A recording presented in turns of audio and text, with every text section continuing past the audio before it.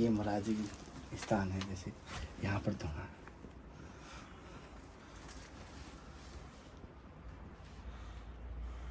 आपने मौन धारण किया हुआ है, तो मौन धारण करने का उद्देश्य क्या है, इसका क्या फायदा होता है मौन धारण करने का? नमस्कार साथियों, आपका दोस्त, आपका भाई, आपका साथी, संतों के चरणों का दास, ये कन्हैया शर्मा। जैसे आपको लगातार धर्म की यात्रा के माध्यम से संतों के दर्शन करा रहा हूँ। अभी पिछले दिनों से आपको सबको पता है उत्तराखंड की यात्रा चल रही है। हिमाचल की यात्रा करके उत्तराखंड में एंट्री किया हूँ, आप सबकी बात ज़्यादा थी कि उत्तराखंड के संतों के दर्शन करो, तो मैं लगातार उत्तराखंड के संतों के दर्शन आपको करवा रहा हूँ। और इसी सीरीज में माँ गंगा के तट पर, जैसे आप देख पा रहे हो, माँ गंगा के तट पर ये एक संत रहते हैं। जो ठीक सामने वो गुफा दिखाई दे रही है, ध्वजा, और ध्वजा दिखाई दे रही है, वहाँ वो गुफा है, महाराज जी कुटिया है, वहाँ पर हमें चलना है, जैसे आप देख पा रहे हैं। और उसी गुफा में ऐसे संत रहते हैं जो मौन धारण किया, उनको मौनी बाबा भी कहते हैं साथियों। मौन धारण किया हुआ है, उनके दर्शन और सत्संग लेने जाएंगे। आप सभी सोच रहे होंगे मौन धारण किया और सत्संग कैसे लेंगे। जिन्होंने शायद तक पहली मेरी सत्संग देख रहे, मैं संतों से जो मौन धारण किया वो लिख के सत्संग दे देंगे, तो मुझे विश्वास से दे देंगे और दर्शन भी करेंगे, सेवा भी करेंगे, सभी करेंगे। और माँ गंगा के दर्शन भी आपको करवा रहा हूँ। और महाराज जी कुटिया आप देख पा रहे हो, कितना सुंदर दृश्य, पूरा पहाड़ दिखाई दे रहा है, पूरा पहाड़ के नीचे वो गुफा है बनी हुई महाराज जी की।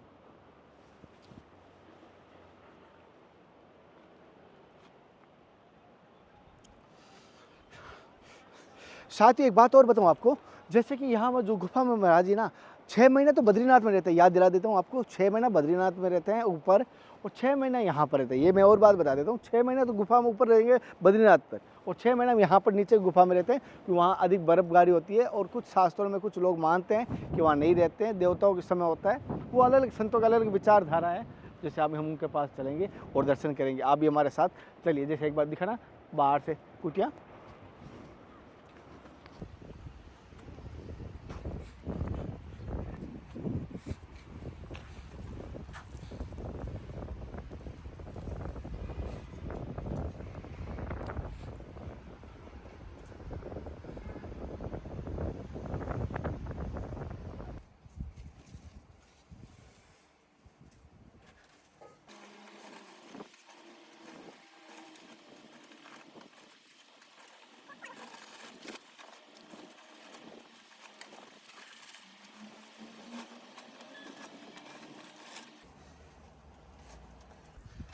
राम जी आओ जो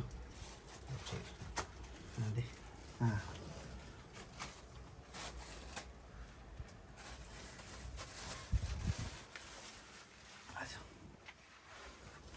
ये महाराज जी की स्थान है, जैसे यहाँ पर धोना।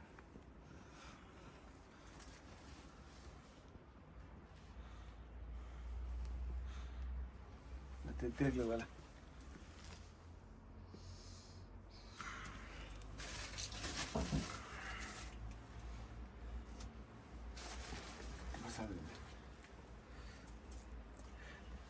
ठाकुर जी भी है ना,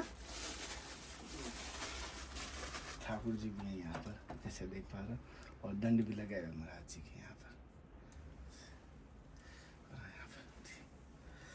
मेन यहाँ पर एक गर्म भी रहता है ना, अंदर ठंड के मौसम में गर्म भी रहता है। ऊपर है जैसे आप देखो, गुफा है, धुना है महाराज जी का, और नीचे रसोई है। इधर भी संत रहते हैं, जैसे आप देख पा रहे हैं। और महाराज जी सत्संग लूँगा। और हमारी धर्म की यात्रा, संघर्ष आपको कैसा लगा कमेंट करके ज़रूर बताना। अगर कोई त्रुटि हो, गलती हो तो मुझे माफ़ कर देना। लेकिन आपको संतों के दर्शन हो रहे हैं, ये गुरु कृपा और हरि कृपा से हो रहे हैं। मैं तो ये निमित्त मात्र ठहरा, तो मुझे कोई ऐसा श्रेय की आवश्यकता नहीं। अच्छा लगे तो लाइक करना, डिसलाइक करना, जो करना कर देना। अब मैं इस चीज़ों से थोड़ा सा सोच विचार करके हटना ही चाहता हूँ कि जो करो आपकी इच्छा है, लेकिन संतों के दर्शन आपको लगातार हम करवाते रहेंगे, करवाते हैं। अब चले महाराज जी के दर्शन और सत्संग। पहले तो आप कुटिया के दर्शन कर लीजिए। थोड़ा सा मैं महाराज जी की आपको कुटिया की रसोई दिखा देता हूँ, थोड़ा सा महाराज जी का। यहाँ तवा रखा हुआ है, जैसे आप देख पा रहे हैं। और यहाँ पर कुछ कंधे हैं, कुछ ये रखा हुआ है लकड़ी, जैसे आपको दिखा रहा हूँ। यहाँ पर जब बारिश आ जाए, कोई ऐसा हो तो मौसम, गैस भी है। और ऐसे लकड़ी पे भी करते हैं महाराज जी, कुकर मत दिया। और जैसे यहाँ पर कोई ऐसा भी संग्रहालय नहीं रखा है, छोटा सा ही है, कुछ विशेष नहीं रखा है, जो भी है। और यहाँ पर जैसे इतने से में कुटिया में ही पूरा ऊपर है, जैसे आपको धुना है महाराज जी का, वो दर्शन करवाऊंगा। जैसे दर्शन आपने किए होंगे, तो यहाँ पर जैसे रसोई इतने में से ही, मतलब कोई अगर ऐसा देखा जाए 4 फीट 5 फीट है, और पूरा का पूरा भजन और साधना में कोई संग्रहालय नहीं। यानी संतोष धन है ना, वो संतों के पास देखा हूँ मैंने, जिस सबसे बड़ा धन है ना, मैंने अभी ये मेरे मानने में कोई करोड़पति होगा, लेकिन जिसके पास संतोष नहीं है ना, वो गरीब है वो गरीब है। जिसके पास संतोष नहीं महाराज जी, रियल में वो गरीब है। तो संतोष धन सबसे बड़ा है। तो महाराज जी आपको मैं कच्ची रसोई भी दिखा दिया। आपने मौन धारण किया हुआ है, तो मौन धारण करने का उद्देश्य क्या है, इसका क्या फायदा होता है मौन धारण करने का?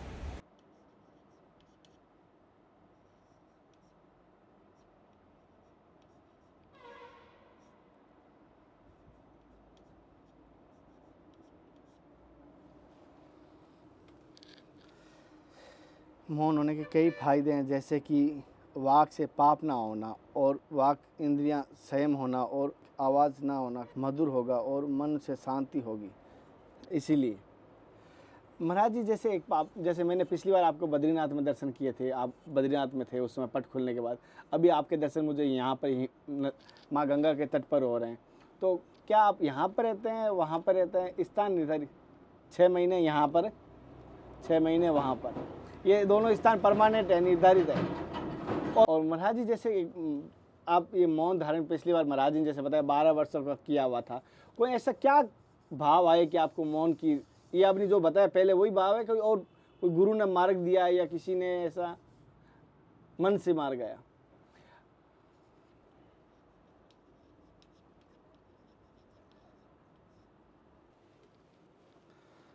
अंदर से आवाज़ आया कि इस वर्तमान काल में तुम्हारे बोलने न बोलने से किसी को कोई लाभ नहीं, कभी भी बोल वचन बहुत पर, यहाँ पर है बोल वचन बहुत शोर शराब है। अच्छा महाराज जी जैसे कि एक चीज़ पूछना चाहता था, जैसे आप इस मार्ग पे आए, बच्चापन से इस मार्ग पे आए संत जीवन में, ऐसी क्या घटना घटी कि आप संत बने, वो भी एक विलक्षण संतों में से आते हैं, जैसे मौन भी हैं, इतनी तपस्या भी कर रहे हैं, जिसे मौन भी एक हठ योग में आता है, हमारे यहाँ पे संतों की भाषा में हठ योग बोला जाता है इसको।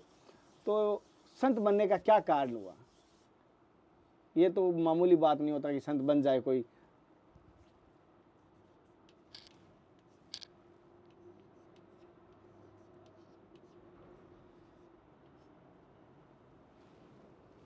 ये पूर्व जन्म का प्रारब्ध था, कुछ इस जन्म में संगत का असर से त्याग भाव जगा। अच्छा, संगत ऐसा माहौल ऐसा था, और कुछ प्रारब्ध का पुनर्जन्म का होता है, उसका फल मिलता है।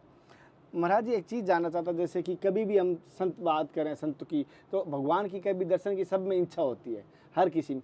आप में भी ऐसी कोई घटना घटी जीवन में कि आपको संतों के भगवान के दर्शन हुआ, आलोक जो मनुष्य की बस की बात ना हो?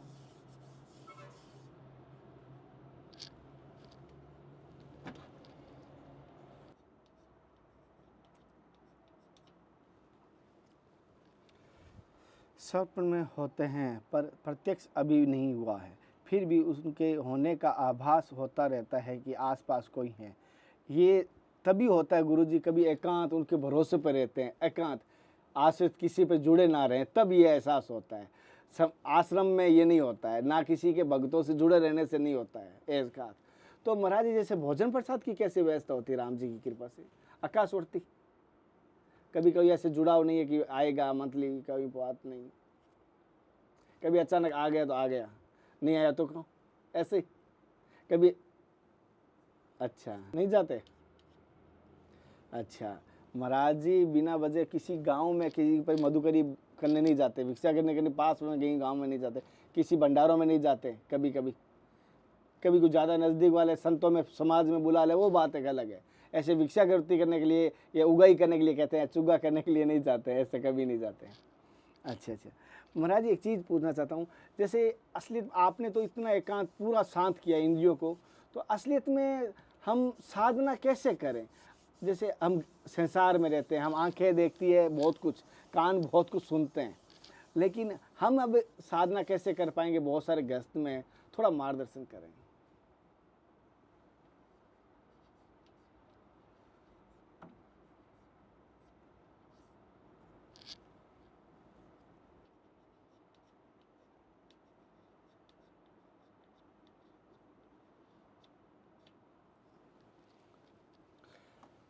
साधना अंतःकरण शुद्ध होने पर ही प्रगतिशील हो पाता है, उसके लिए प्रथम जतन हमें ये अंतःकरण कैसे शुद्ध करें, उसका प्रयास करना चाहिए अंतःकरण। तो गुरुजी जैसे अंतःकरण शुद्ध करने का प्रयास करें, लेकिन अंतःकरण शुद्ध किस प्रकार होगा? क्या जैसे निमित्त मात्र हूँ, मैं तो करने वाला कुछ नहीं, ठाकुर जी कर रहे हैं, क्या हम सेवा कर रहे हैं संतों की, क्या इससे हमारा अंतःकरण शुद्ध हो सकता है क्या? और यह अंतःकरण शुद्ध का क्या मार्ग है?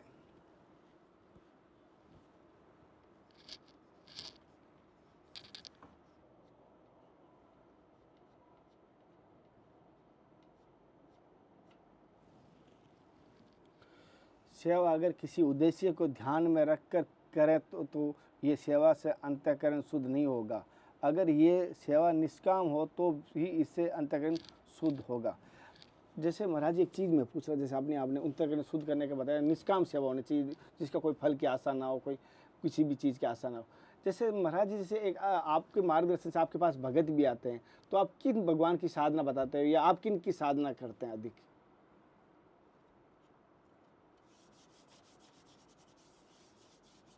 जैसे देवी देवता तो बहुत है, हमारे 33 कोटि देवता है, लेकिन उनमें से एक तो किसी खूंटे को लेके चलना ही पड़ता है।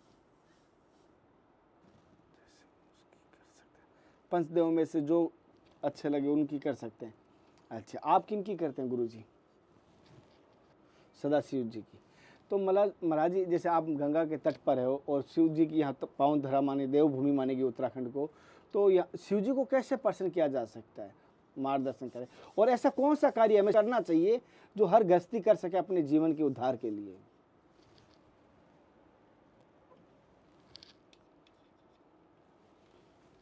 महाराज जी कह रहे हैं जैसे कि निष्काम होकर जो जीव सेवा निष्काम होकर जो जीव सेवा करे वही शिव सेवा है, उससे प्रभु बहुत प्रसन्न होता है। अच्छा, जैसे कोई अभी जैसे शिवलिंग, जैसे शिवरात्रि आती है, शिवलिंग की पूजा होती है, कुछ इसमें तिल चढ़ाने को कहता है, कोई दूध चढ़ाने के बोलता है, तो ऐसा कुछ स्पेशल जैसे शिवरात्रि को करें, जैसे आधे दिन हम नहीं कर सकते, वो एक मौका होता है जिससे हर गृहस्थी कोई ना कोई कष्ट होता ही है, किसी प्रकार का कष्ट है, तो वो इस मार्ग से जुड़ भी सके और उनकी आस्था भी जोड़ सकूं।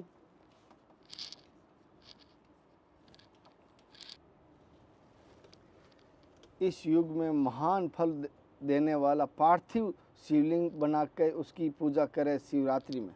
पार्थिव मतलब हाथ से बना के मिट्टी की, इसलिए उसी की शिवलिंग की पूजा करें, उसका बड़ा महत्व, उसका फल ज़्यादा रहता है। अच्छा, मतलब पार्थिव किसी भी मिट्टी की, कहीं पर भी गंगा के तट पर या कहीं पर भी मिट्टी ला के उसकी शिवलिंग बना के पूजा करें। और पूजा में किन बातों का विशेष ध्यान रखें और किन बातों का से या किन सामग्री से उनकी पूजा करें? जैसे महाराज जी बता रहे हैं, सामग्री की कोई भूख नहीं है, शिव की वो तो भाव प्रेम और समर्पण देखते ही पूजा चाहिए, जिससे करो कोई फर्क नहीं पड़ता, कैसे भी करो कोई फर्क नहीं पड़ता, भाव और समर्पण ही पड़ता है। अच्छा महाराज जी, जैसे कि अगर संतों के दर्शन करें, हम संतों के दर्शन, हालांकि रामायण में भी कहा गया है प्रथम भक्त संतन कर संगा, दूसरी कथा प्रसंगा, जैसे क्या ये हम दर्शन भी कर रहे हैं और माध्यम है निमित्त मात्र, और धर्म की यात्रा के माध्यम से संतों के लोग सत्संग भी सुन रहे हैं, तो क्या ये दर्शन वो फल मिल सकता है क्या भगवत प्राप्ति का? संतों के दर्शन से क्या भगवत प्राप्ति का फल मिल जाएगा?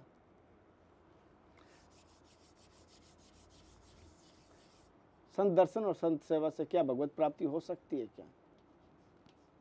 जैसे महाराज जी कहते हैं, आप किसी भाव से जाते हैं उसके अनुसार फल या पुण्य पाप में फर्क पड़ता है। महाराज जी जैसे अगर मैंने देखा है, कहना नहीं चाहिए, फल या पुण्य कह दो, दोनों पुण्य और पाप दोनों ही बंधन का कारण है। अगर मेरे से ज़्यादा पुण्य हो गया तो मुझे राजा महाराजा बना के भोगना आना पड़ेगा, पाप हो गया मुझे भुगतना आना पड़ेगा, कोई जोनी आ जाएगी, दंड मिलेगा, तो मुझे दोनों ही नाम मिले, मुझे ना पुण्य चाहिए ना मुझे पाप चाहिए, तो मुझे क्या करूं? मुझे तो दोनों, अब मुझे संतों के सानिध्य से ये पता चल गया ये मेरे दोनों ही काम की चीज़ें नहीं है, अब मुझे इन दोनों से बाहर जाना है, ये दोनों तो नहीं चाहिए, ये तो यहाँ की चीज़ें बाकी नहीं है।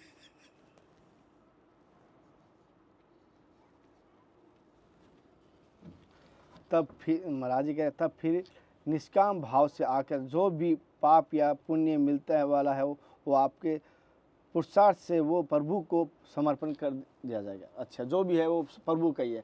इसीलिए मैं इस शब्द में बोलता हूँ ना, मैं निमित्त मात्र हूँ, तो मुझे ये दोष भी नहीं लगे मेरा फल ना मिल जाए। मैं तो निमित्त हूँ, तो माध्यम होता है उसको तो कुछ मिलता नहीं है ना, तो मैं इसीलिए बोल देता हूँ निमित्त मात्र करने वाला वो ठाकुर है, मैं निमित्त हूँ। तो अभी जैसे आपके पास आया, मैं निमित्त मात्र हूँ सेवा, तो मुझे ऐसा ना समझा आप मुझे आशीर्वाद दे दे, मैं हूँ ही नहीं तो मुझे मैं भागीदार ही नहीं हूँ। जिस जो चीज़ मेरी है ही नहीं मैं उसके ऊपर अधिकार जता रहा हूँ। जैसे कभी कभी हम कहते हैं ना ये मेरी है मेरी है, अब ये संतों के सानिध्य में पता चला जो आज कल किसी और की थी आज मेरी है और कल रियल में किसी और की होगी। इस चीज़ को अगर जान जाऊँ तो असलियत में कोई दूर है ही नहीं। और अब जैसे मैं एक बात और पूछ रहा हूँ, लास्ट बात है महाराज जी, जैसे हम इतनी कर रहे हैं, सभी की सेवा कर रहे हैं, जैसे अभी कोई कर रहे हैं, तो बच्चों की अगर भगवान के अंश मान की सेवा करूं या बीवी की, ये तो क्या मुझे दोष तो नहीं लगेगा? यही है जी। क्योंकि कभी कभी ऐसा बंधन, ज़्यादा मोह में भी ना फंसूं, ये भी रहता है कि भगवान ने कर्तव्य निभा रहा हूँ और संतों के दर्शन कर रहा हूँ, वैराग तो बच्चे छोटे हो गए तो ले नहीं पकता, फंसा हूँ बीच भवसागर में, तो सोच रहा हूँ दोनों ही जीवन जी लेता हूँ, संतों के सानिध्य हो गया और 5 दिन घर पे भी चला जाता हूँ ऐसा करके। तो गलती हुई तो मुझे माफ़ कर देना महाराज जी। आपके जीवन का सारांश क्या है, सार क्या निकला? आपने तपस्या की है, घर त्यागा है, हटियो किया है, कंदराओं में रहते हो, बद्रीनाथ में ऊपर पहाड़ पे बर्फ में रहते हो, तो सार क्या निकला?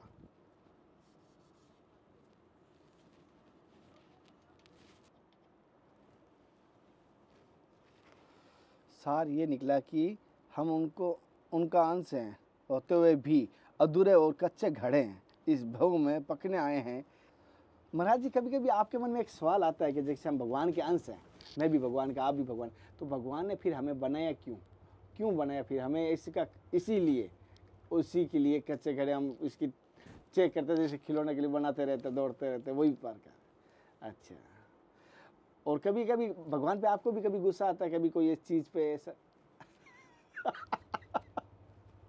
मित्र भाव से?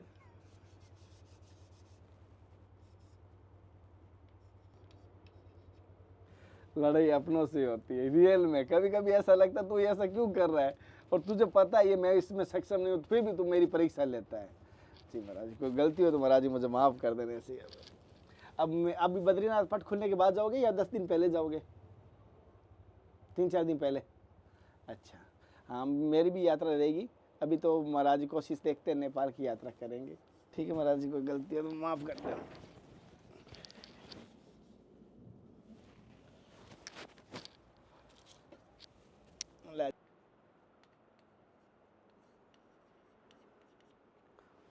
अरे महाराज जी अरे वैसा क्यों कह रहे हो? मैं तो बहुत आनंद आया, इसीलिए तो कह रहा था वापस आ सकता हूँ क्या। हाँ, तो उस दिन वहाँ तो ठंड की तो बारिश थी, उस दिन बर्फ़ गिर रही थी ना, उस दिन महाराज जी आपके पास जा रहे थे, बर्फ़ गिर रही थी, हम आ रहे थे आपकी कुटिया में, लेकिन फिर वहाँ पर आपको पता है रास्ते थोड़ा इसी प्रकार के हैं। हाँ, कुछ कुटियों में गया था, लेकिन इस बार वापस जाएंगे और महाराज जी के साथ ही नेपाल की यात्रा होगी, तो राम जी की इच्छा होगी, इनके साथ नेपाल के संतों के दर्शन की इच्छा है। तो ये नेपाल के हैं शरीर इनका, तो ये वहाँ की भाषा और वहाँ अधिक जानते हैं, तो आसान हो जाएगी यात्रा। आपकी कृपा बनी रहे, संतों का दर्शन होता रहे, और कुछ नहीं। इसको मार दीजिए थोड़ा सा इसको मारा हुआ ठीक रहता है, इसमें ही है सब कुछ विकार कचरा सब इसके अंदर ही है।